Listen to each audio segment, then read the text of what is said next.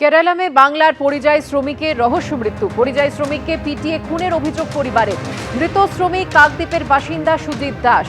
25 জুলাই কেরালামে কাজের জন্য যান সুজিত, এমনটাই দাবি করেছে তার পরিবার। 27 জুলাই রাতে রাস্তায় মারধর করে বেশ কয়েকজন দুষ্কৃতী, অভিযোগ পরিবারের। থানায় অভিযোগ দায়ের হয়েছে, দোষীদের কঠোর শাস্তির দাবি জানিয়েছে পরিবার।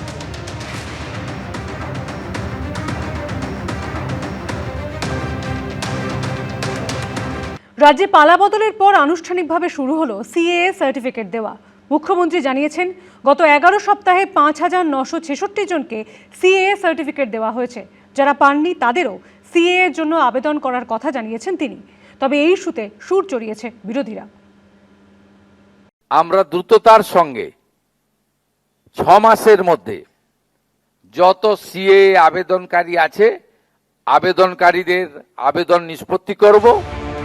মূলত হিন্দু শরণার্থীদের নাগরিকত্ব দিতে সিএএ বা নাগরিকত্ব সংশোধনী আইন নিয়ে এসেছে মোদী সরকার। আর এবার রাজ্যে ক্ষমতায় এসে বাংলাদেশ থেকে এদেশে আসা অনেক মানুষের হাতে সিএএ সার্টিফিকেট তুলে দিচ্ছে বিজেপি সরকার। আজকে আমি সম্মান পেলাম, ভাষা খুব একদম নাগরিক হয়ে গেলাম। শনিবার বিশ্ব বাংলা কনভেনশন সেন্টারে আনুষ্ঠানিকভাবে সার্টিফিকেট প্রদান অনুষ্ঠানের সূচনা করেন মুখ্যমন্ত্রী।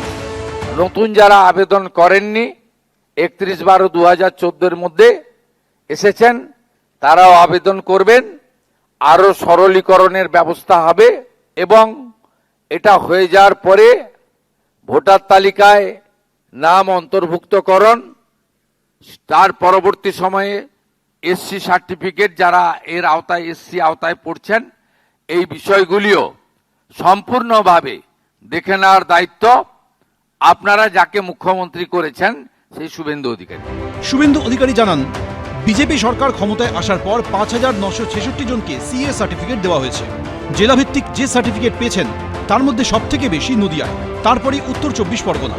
বিগত সরকার সিএএ এর বিরোধিতা করেছে, কিন্তু এই আইনের কোথাও লেখা ছিল না যে কারো নাগরিকত্ব কেড়ে নেওয়া হচ্ছে। কে কে ছি বলা হয়েছে, এনআরসি বলা হয়েছে, ভুল বুঝিয়ে সরকারি সম্পত্তি ধ্বংস করা হয়েছে, অশান্তি হয়েছে রাজ্যে।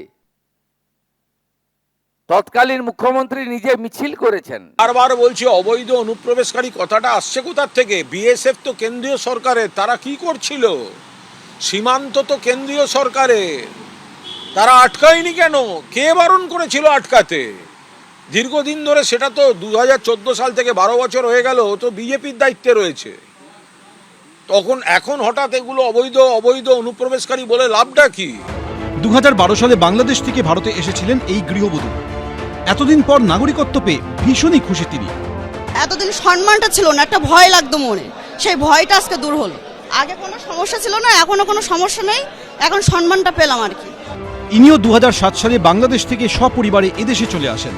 মেয়েদের স্কুলে পাঠাতে পারি না, এইসব কারণটাই ছিল বেশি।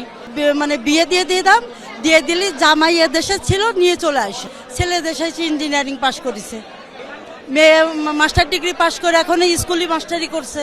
এখন তো ভালোই লাগছে, এই যে সার্টিফিকেট পেয়ে গেলাম। আমাদের নিজেদের যে না ও দেশে তাড়িয়ে দেশে এদেশে এসে যে একটা ব্যবস্থা হলো যে না এখন আমরা দেশের নাগরিক, এটা আমাকে ভালো লাগতেছে।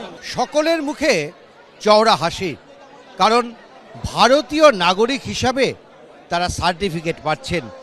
লম্বা লাইন, প্রত্যেকেই এসেছেন, সিএএ ফর্ম পূরণ করেছেন এবং তারপর সমস্ত সরকারি নিয়ম মেনে তাদের হাতে তুলে দেওয়া হচ্ছে তাদের সার্টিফিকেট, অর্থাৎ তারা ভারতীয়, এই স্বীকৃতি তারা পেলেন। মুখ্যমন্ত্রী জানিয়েছেন, এখনও সিএএ সার্টিফিকেট পেয়েছেন 23,956 জন। উজ্জ্বল মুখোপাধ্যায়, ঝিলম করঞ্জাই, এবিপি আনন্দ। এবিপি আনন্দ, এগিয়ে থাকে, এগিয়ে রাখে।